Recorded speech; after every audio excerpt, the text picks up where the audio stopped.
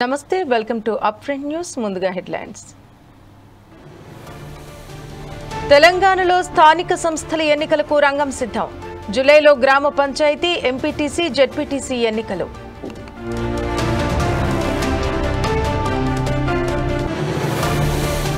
తెలంగాణ కాంగ్రెస్ నేతలకు AICC good news టీపీసీసీలో 5 కీలక కమిటీల ఏర్పాటు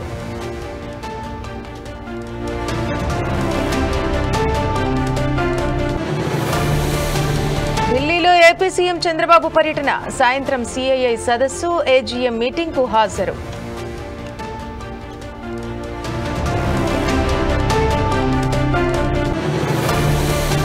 బెట్టింగ్కు డబ్బులు ఇవ్వలేదని తండ్రిపై కొడుకు కత్తితో దాడి జగిత్యాల జిల్లా కోరుట్ల పట్టణంలో ఘటన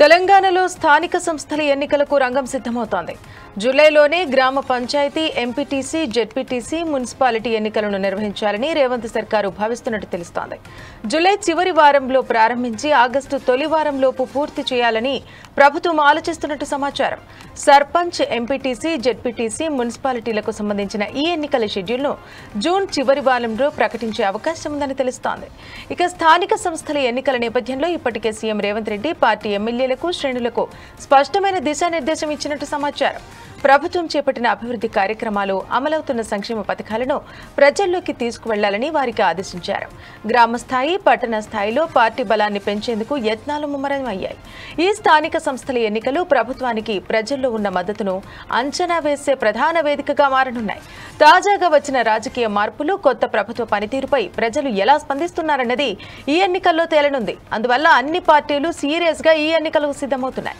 ఇప్పటికే ఓటర్ల జాబితా వార్డుల విభజన పోలింగ్ కేంద్రాల గుర్తింపు పనులు ఓ కొలిక్కి వచ్చాయి వీటన్నింటిపైన ఉన్నతాధికారులు మరోసారి సమీక్ష నిర్వహించనున్నారు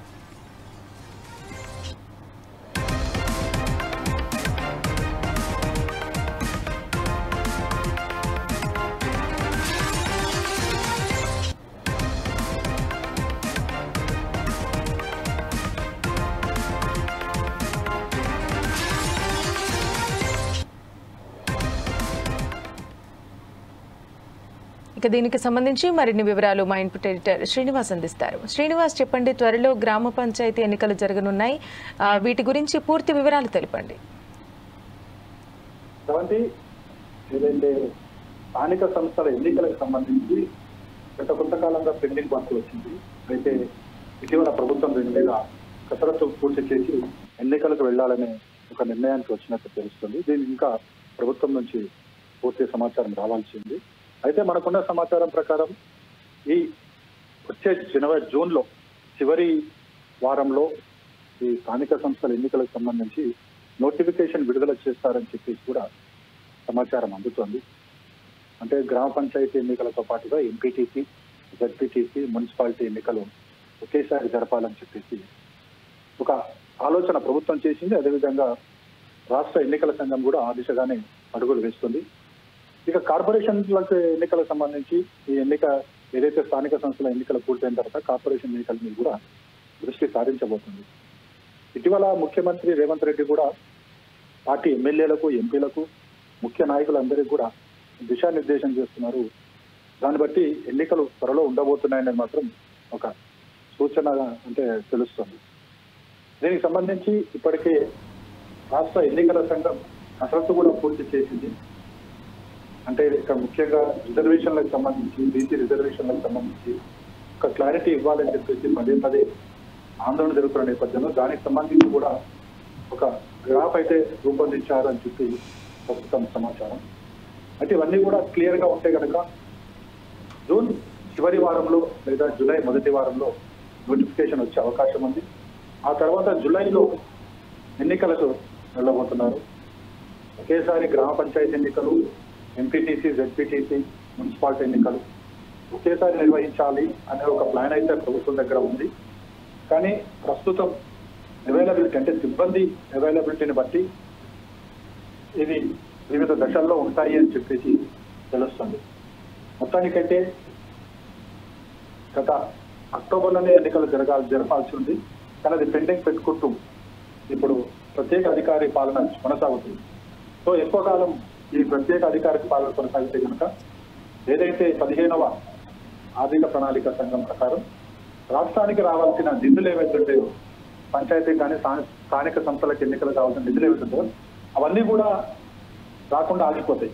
సో ఈ నేపథ్యంలోనే ప్రభుత్వం కూడా ఒక కృత నిశ్చయంతో ఉంది. ఖచ్చితంగా ఈ ఎన్నికలు జూలై లోపల పూర్తి చేయాలన్నది ప్రభుత్వ ఆలోచన. అందుకు తగ్గట్టు రాష్ట్ర ఎన్నికల సంఘం కూడా పూర్తి స్థాయిలో సమాయత్తం అవుతుంది. నమస్తే.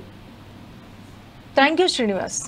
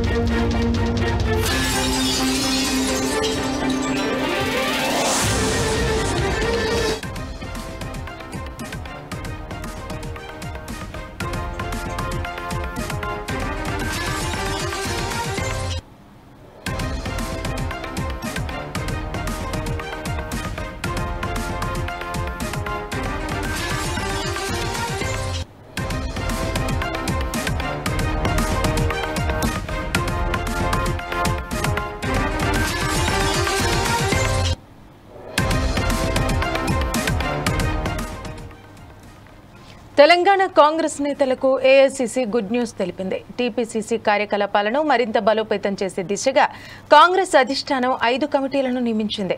రాజకీయ వ్యవహారాలు, సలహా, డీలిమిటేషన్, సంవిధాన్ బచావో కార్యక్రమం, డిసిప్లినరీ కమిటీలను నియమిస్తూ ఏఐసీసీ ప్రకటన విడుదల చేసింది.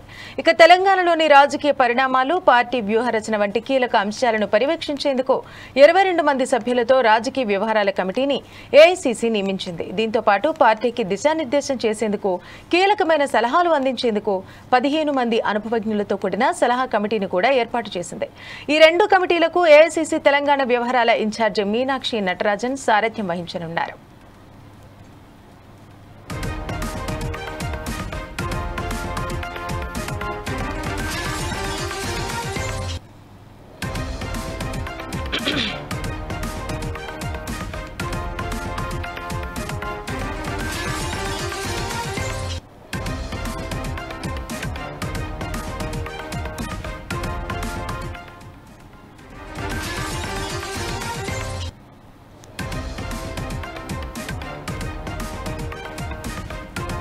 అలాగే భవిష్యత్తులో చేపట్టబోయే నియోజకవర్గాల పునర్విభజన ప్రక్రియకు సంబంధించి పార్టీ పరంగా వ్యవహారాలు చూసేందుకు మాజీ ఎమ్మెల్యే చెల్లా వంశీచంద్రెడ్డి నేతృత్వంలో 7 సభ్యులతో డీలిమిటేషన్ కమిటీని కూడా ప్రకటించింది.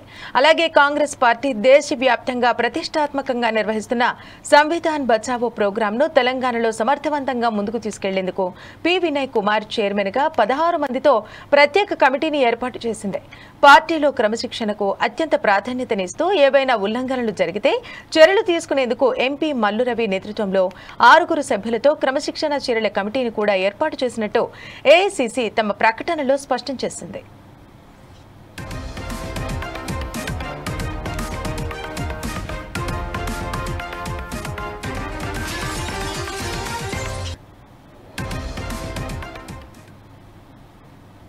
ఇక దీనికి సంబంధించి మరిన్ని వివరాలు మా ఇన్పుట్ ఎడిటర్ శ్రీనివాస్ అందిస్తారు. శ్రీనివాస్, చెప్పండి, ఏఐసీసీ 5 కమిటీలను నియమించింది, దీనికి సంబంధించి పూర్తి వివరాలు తెలపండి. ఏదైతే గత కొంత కొంతకాలంగా కూడా టీసీసీలో జంబో కార్యవర్గం రాబోతుందని చెప్పేసి ఏదైతే ప్రచారం జరిగిందో అందుకు అనుగుణంగానే ఏఐసిసి నిన్న ప్రకటించింది జంబో కార్యవర్గాన్ని. అయితే అందరినీ సంతృప్తి పరచాలి, కొత్త వారికి పాత వారికి అందరికీ కూడా అందులో స్థానం కల్పించాలి, ఎమ్మెల్యేలకు స్థానం కల్పించాలి, గెలిచి ఎన్నికల్లో నిలబడి ఓడిన వాళ్ళకి స్థానం కల్పించాలి, టికెట్లు పొందని వారికి కూడా ఆశించి భంగపడ్డ వారికి కూడా స్థానం కల్పించాలన్న రీతిలో మొత్తం ఈ కార్యవర్గం కూర్పు జరిగినట్లుగా మనకు తెలుస్తుంది. అయితే మొత్తం 5 కమిటీలు వేయడం జరిగింది. 5 కమిటీల్లో చూసుకుంటే కనుక ముందుగా రాజకీయ వ్యవహారాల కమిటీ ఈ మొత్తం పార్టీకి సంబంధించిన రాజకీయాలు కావచ్చు, ఇతర పార్టీల నుంచి జరుగుతున్న రాజకీయ వ్యవహారాలు కావచ్చు, వాటన్నిటి మీద కూడా పూర్తిగా దృష్టి సారించి ఏం చేయాలి, ఏం సలహాలు ఇవ్వాలన్న దాని మీద ఈ రాజకీయ వ్యవహారాల కమిటీ పనిచేస్తుంది. అదేవిధంగా సలహా కమిటీ పార్టీని బలోపేతం చేసే దిశలో ఏ నిర్ణయాలు తీసుకుంటే మంచిది, ఎప్పుడు తీసుకుంటే మంచిది, దీనికి ఎవరిని ఉంచితే మంచిది అన్న సంబంధించి సీనియర్లతో కూడిన ఒక కమిటీని అది సలహా కమిటీగా నియమించడం జరిగింది. అదేవిధంగా డీలిమిటేషన్ కమిటీ రాబోయే రోజుల్లో 2026 నాటికి మొత్తం డీలిమిటేషన్ నియోజకవర్గాల పునర్విభజీకరణ పూర్తి చేయాల్సి ఉంది. సో దీనికి సంబంధించి కూడా సక్రమంగా జరుగుతున్నాయా లేదా, డీలిమిటేషన్ విభజనలో ఎక్కడన్నా లోపాలు ఉన్నాయా అనే అంశాలన్నింటినీ కూడా ఈ డీలిమిటేషన్ కమిటీ పర్యవేక్షిస్తుంది. మరోవైపు సంవిధాన్ బచావో అంటే రాజ్యాంగాన్ని పర్యవేక్షించండి అనే దిశలో మరో కమిటీని కూడా ఏర్పాటు చేశారు. సో ఈ కమిటీ రాజ్యాంగానికి సంబంధించి రాష్ట్ర ప్రభుత్వాలు తీసుకుంటున్న నిర్ణయం కావచ్చు, లేకపోతే కేంద్రం తీసుకుంటున్న నిర్ణయం కావచ్చు, దాని మీద ఇక్కడ ఆ కమిటీ పనిచేస్తుంది. ఇంకా ప్రధానంగా డిసిప్లినరీ కమిటీ అనేది రాష్ట్ర పార్టీ టీసీసీలో పార్టీ నేతలు కావచ్చు, ఎమ్మెల్యేలు కావచ్చు, ఎవరైనా కావచ్చు, క్రమశిక్షణను ఉల్లంఘిస్తే వారి మీద తీసుకోవాల్సిన చర్యలకు సంబంధించి ఈ డిసిప్లినరీ కమిటీ పనిచేస్తుంది. మొత్తానికి 22 మంది ఈ రాజకీయ వ్యవహారాల కమిటీతో పాటు పార్టీకి వీళ్ళంతా కూడా కీలక అందించేందుకు 15 మంది అనుభవజ్ఞులతో ఒక సలహా కమిటీ కూడా ఏర్పాటు చేయడం జరిగింది. ఈ 2 కమిటీలకు రాజకీయ వ్యవహారాల కమిటీ కావచ్చు, లేకపోతే సలహా కమిటీ కావచ్చు, ఈ 2 వ్యవహారాలు కూడా పార్టీ ఇన్ఛార్జ్ ఎవరైతే ఉన్నారో ఏఐసిసి తెలంగాణ ఇన్ఛార్జ్ మీనాక్షి నటరాజన్ దీనికి సారథ్యం వహించబోతున్నారు. అదేవిధంగా 7 సభ్యులతో డీలిమిటేషన్ కమిటీని ఏర్పాటు చేశారు. దీనికి మనకి చల్లా వంశీచందర్ రెడ్డి ఎవరైతే మాజీ ఎమ్మెల్యే ఉన్నారో ఆయనకి దీనికి అధ్యక్షత వహిస్తారు. అదేవిధంగా సంవిధాన్ బచావో ఏదైతే రాజ్యాంగాన్ని రక్షించండి అనే దాంట్లో దీనికి సంబంధించి కూడా టి వినయ్ కుమార్ చైర్మన్ గా 15 మంది సభ్యులతో కూడా ఈ కమిటీ పనిచేయబోతుంది. అలాగే ఎంపీ మల్లు రవి ఎవరైతే ఉన్నారో మల్లు రవితో పాటుగా మరో 6 సభ్యులకి స్థానం కల్పిస్తూ క్రమశిక్షణ కమిటీని కూడా ఏర్పాటు చేయడం జరిగింది. సో మొత్తానికైతే కొత్త వారిని, పాత వారిని, జూనియర్లని, సీనియర్లని అందరినీ మిళితం చేసి ఈ 5 కమిటీలు వేయడం జరిగింది. దీంతో ఆల్మోస్ట్ టీసీసీ కార్యవర్గం అంతా కూడా ఫుల్ఫిల్ అయినట్టు మనం భావించాల్సి ఉంటుంది. దీనికి సంబంధించి ఎవరు ఎప్పుడు బాధ్యతలు తీసుకుంటారనేది పార్టీ నిర్ణయం తీసుకోబోతుంది. అయితే శ్రీనివాస్, అంటే ఒకసారి విశ్లేషకులు అన్న మాటలు మనం ఒకసారి గమనిస్తే వీళ్ళు కేటాయించినటువంటి ఈ కమిటీ మెంబర్స్ ఎవరైతే ఉన్నారో అంటే కీలక పాత్ర పోషించిన వాళ్ళకి చిన్నబుచ్చకుండా ఇటువంటి కమిటీలను కేటాయించి వాటికి ఒక చైర్మన్గా నియమించడం జరుగుతోంది. దీనివల్ల ప్రజలకు ఎటువంటి లాభం అనేది లేదనేది విశ్లేషకుల మాట. దీనికి సంబంధించి కొన్ని వివరాలు చెప్తారా? అంటే ఇది పార్టీకి సంబంధించిన వ్యవహారం. సో పార్టీకి సంబంధించిన వ్యవహారంలో పార్టీ ఎవరెవరిని సంతృష్టి పరచాలి, ఎందుకంటే ఎన్నికల్లో చాలా మంది పోటీ పడాలని సీనియర్లు ప్రయత్నించారు, ముఖ్య నేతలు ప్రయత్నించారు. సో కొందరికి టికెట్లు రాని పరిస్థితి కూడా ఉంది. సో అలాంటి వారికి టికెట్లు ఎవరైతే ఇవ్వలేకపోయారో వాళ్ళని సంతృష్టి పరుస్తూ, అదేవిధంగా సీనియర్లు చాలా మంది ఎన్నికలకు దూరంగా ఉన్నారు, వాళ్ళకు కూడా అవకాశం కల్పిస్తూ ఇట్లా అందరినీ కానీ కొత్త పాత వాటిని, అదేవిధంగా పార్టీకి ఎవరైతే ముందు నుంచి కూడా సర్వీస్ సేవ చేస్తూ వచ్చారో వాళ్ళని వదులుకోకుండా ఉండడానికి, వాళ్ళ సర్వీస్ కారణంగా పార్టీని మరింత బలోపేతం చేసే దిశలో అన్ని కూడా పనిచేస్తాయి. దీనివల్ల ప్రజలకు కొనుగోలు ఏముండదు, ఎందుకంటే ఇది పార్టీకి సంబంధించిన వ్యవహారం. పార్టీ అభివృద్ధి, పార్టీని ప్రజల్లోకి తీసుకెళ్ళడానికి ఏం చేయాలి అన్న దాన్ని బట్టే పార్టీలు పనిచేస్తాయి. పార్టీలలో ఎలా పనిచేయాలి, ఏం చేయాలనేది పార్టీ డిసైడ్ చేస్తుంది తప్ప ఈ రాజకీయ విశ్లేషకులు లేకపోతే మరొకరు అక్కడ డిసైడ్ చేయడానికి ఉండదు. ఇది స్వతహాగా పార్టీకి సంబంధించిన కమిటీ. అందులో ఏదైనా లోటుపాటు ఉంటే పార్టీ కార్యకర్తలు, పార్టీ నాయకులు వాళ్ళు మరోసారి వచ్చి పిసిసికి చెప్పుకోవచ్చు. సో ఇలా మొత్తం వ్యవహారం జరుగుతుంది. మొత్తానికైతే ఇప్పుడు ఈ కొత్త కమిటీలు ఏవైతే వస్తున్నాయి, ఈ కమిటీలన్నీ కూడా వాళ్ళకి ముందుగా సవాల్ అవుతుంది స్థానిక సంస్థల ఎన్నికలు. సో ఏ విధంగా తీసుకుంటుంది, ఎట్లా పార్టీని గట్టెక్కించి అత్యధిక స్థానాలు గెలుపొందేలా చేస్తుందో ముందు ఈ కొత్త కమిటీకి పిసిసి మంచి సవాళ్ళు మనం చూడాలి. వంటి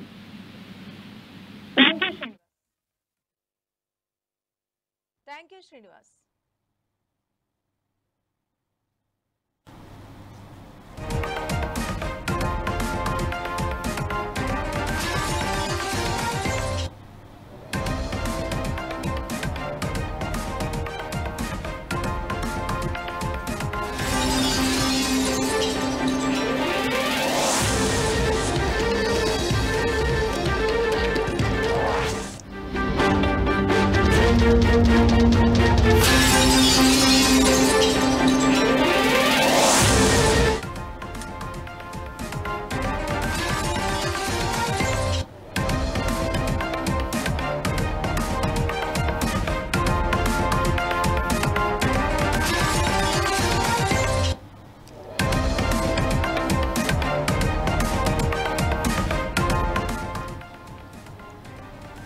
ఢిల్లీలో ఏపీ సీఎం చంద్రబాబు పర్యటన కొనసాగుతోంది. సాయంత్రం సిఐఐ సదస్సు ఏజీఎం మీటింగ్లకు ఆయన హాజరు కానున్నారు. ఏపీ అభివృద్ధి, పెట్టుబడుల అవకాశాలు, ప్రభుత్వ విధానాలను వివరించనున్నారు. ఇక రాత్రికి ఢిల్లీలోనే బస చేయనున్న ముఖ్యమంత్రి చంద్రబాబు రేపు ఢిల్లీ నుంచి నేరుగా రాజమండ్రికి చేరుకుంటారు. ముమ్మడివరం నియోజకవర్గం గున్నెపల్లిలో పెన్షన్ల పంపిణీ కార్యక్రమంలో సీఎం చంద్రబాబు పాల్గొంటారు.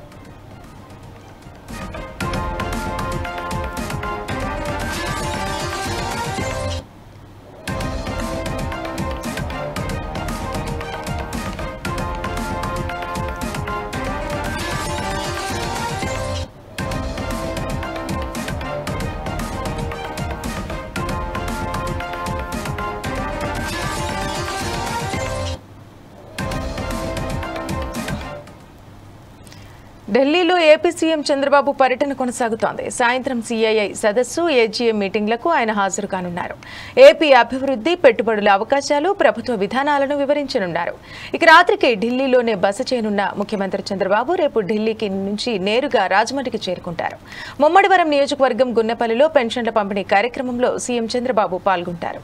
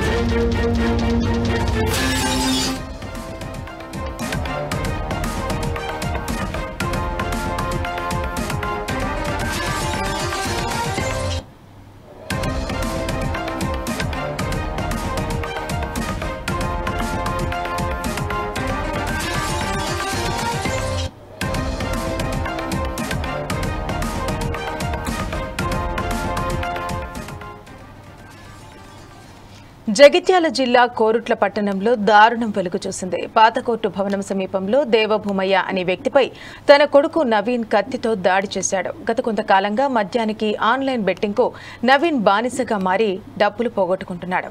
ఇదే క్రమంలో నిన్న మరోసారి ఆన్లైన్ బెట్టింగ్కు డబ్బులు ఇవ్వాలంటూ తండ్రిని అడిగాడు. అయితే అందుకు తండ్రి నిరాకరించాడు. దీంతో తీవ్ర ఆగ్రహానికి గురైన నవీన్ తన తండ్రిపై కత్తితో దాడికి ప్రయత్నించాడు.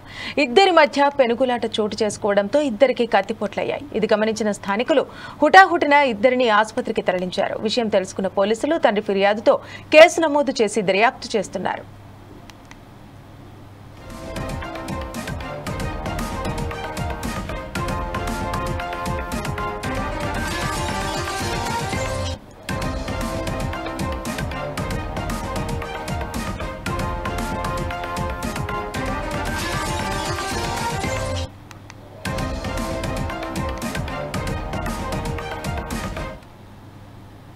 ఇక దీనికి సంబంధించి మరింత సమాచారం మా వరంగల్ ప్రతినిధి సుధాకర్ అందిస్తారు. సుధాకర్, చెప్పండి. అంటే బెట్టింగ్ కి బానిసై కన్న తండ్రిపైనే దాడికి పాల్పడ్డాడు. దీనికి సంబంధించిన పూర్తి వివరాలు తెలిపండి.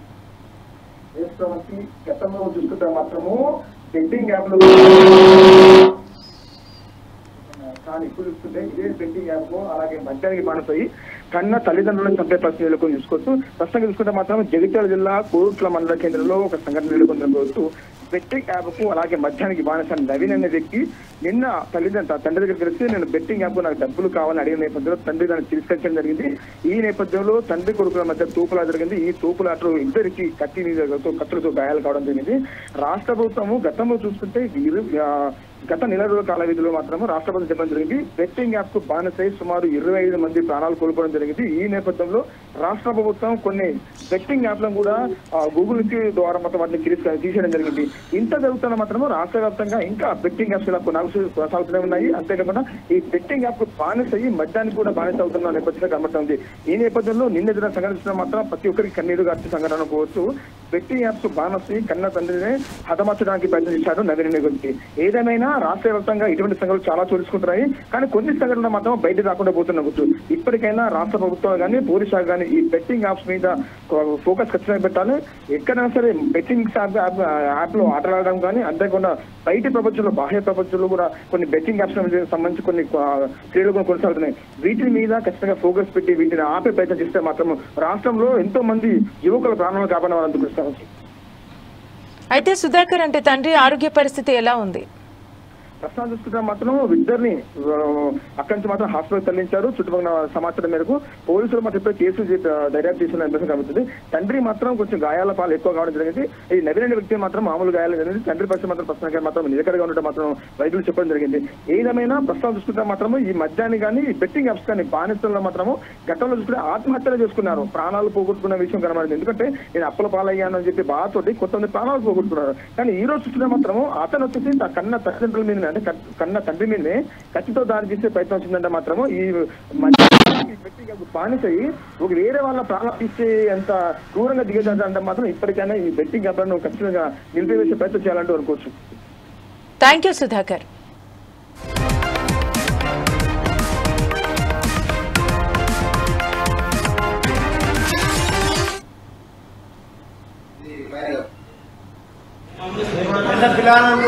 చెప్పాను ఇక మళ్ళీ నా మీద కనీసం పోరాడాలని ప్రచారించాలని చెప్పి నేనేం చేసిన ఇక నా రక్షణ కొరకు ఇక నా ఏరు కూడా కట్ అయిపోయింది.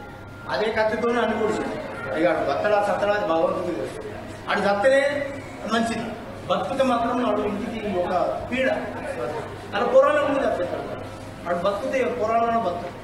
ఆ విధంగా నేను నా దురదృష్టం ఏం చేయాలి. ఎన్నోసార్లు భరించినాం.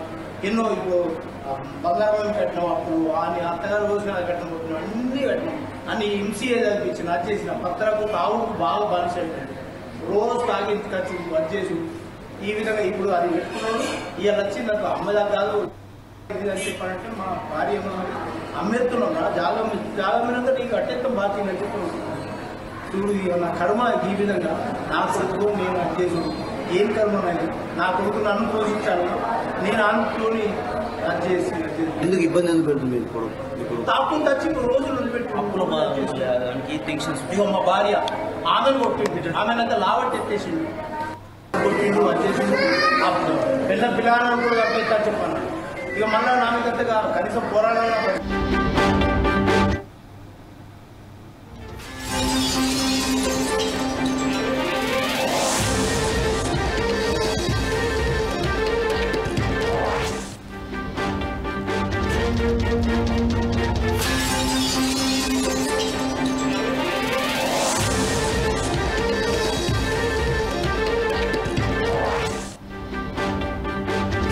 Thank you.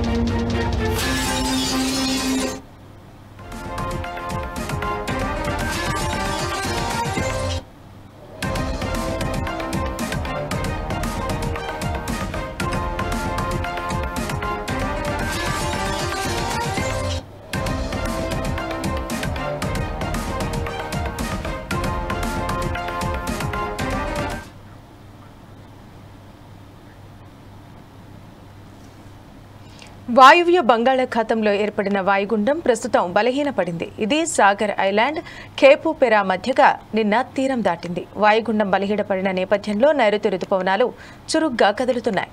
ప్రస్తుతం ఏపీ అంతటా ఈ రుతుపవనాలు విస్తరించి ఒడిశా, పశ్చిమ బెంగాల్ సహా ఈశాన్య భారతదేశంలోని కొన్ని ప్రాంతాలకు కూడా వ్యాపించాయి. వీటి ప్రభావంతో రానున్న 48 గంటల్లో ఉత్తర కోస్తాంధ్ర, దక్షిణ కోస్తా, ఆంధ్ర, రాయలసీమ, యానం ప్రాంతాల్లో కొన్ని చోట్ల మోస్తారు వర్షాలు లేదా ఉరుములతో కూడిన జల్లులు పడే అవకాశం ఉందని వాతావరణ కేంద్రం తెలిపింది. గంటకు 40 నుంచి 50 కిలోమీటర్ల వేగంతో ఈదురుగాలులు వీస్తాయని వెల్లడించింది.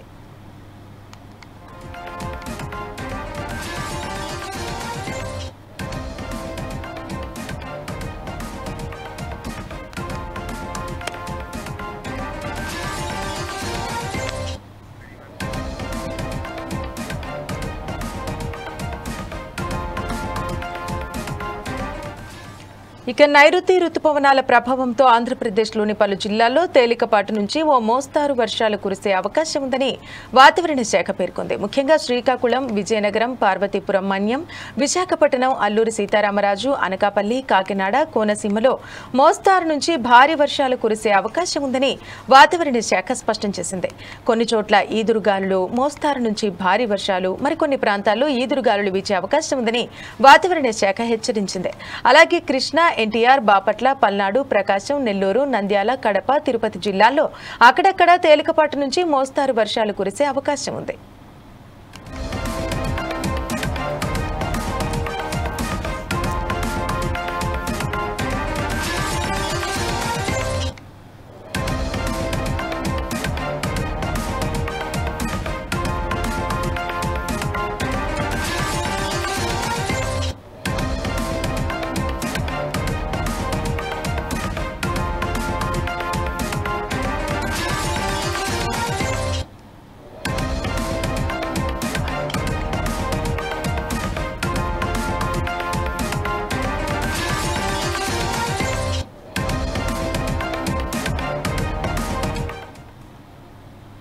ఇక ఇప్పటికే తెలంగాణ, కర్ణాటక, కేరళ వంటి రాష్ట్రాల్లో భారీ వర్షాలు నమోదవుతున్నాయి.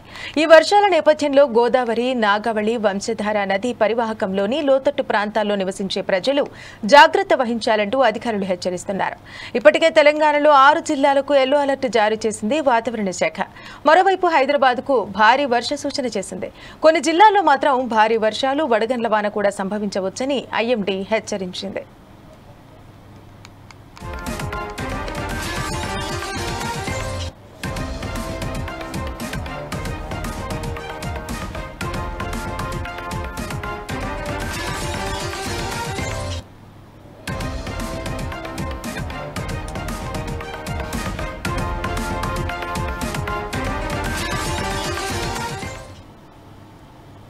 మరిన్ని అప్డేట్స్ కోసం చూస్తూనే ఉండండి 4 Sides TV.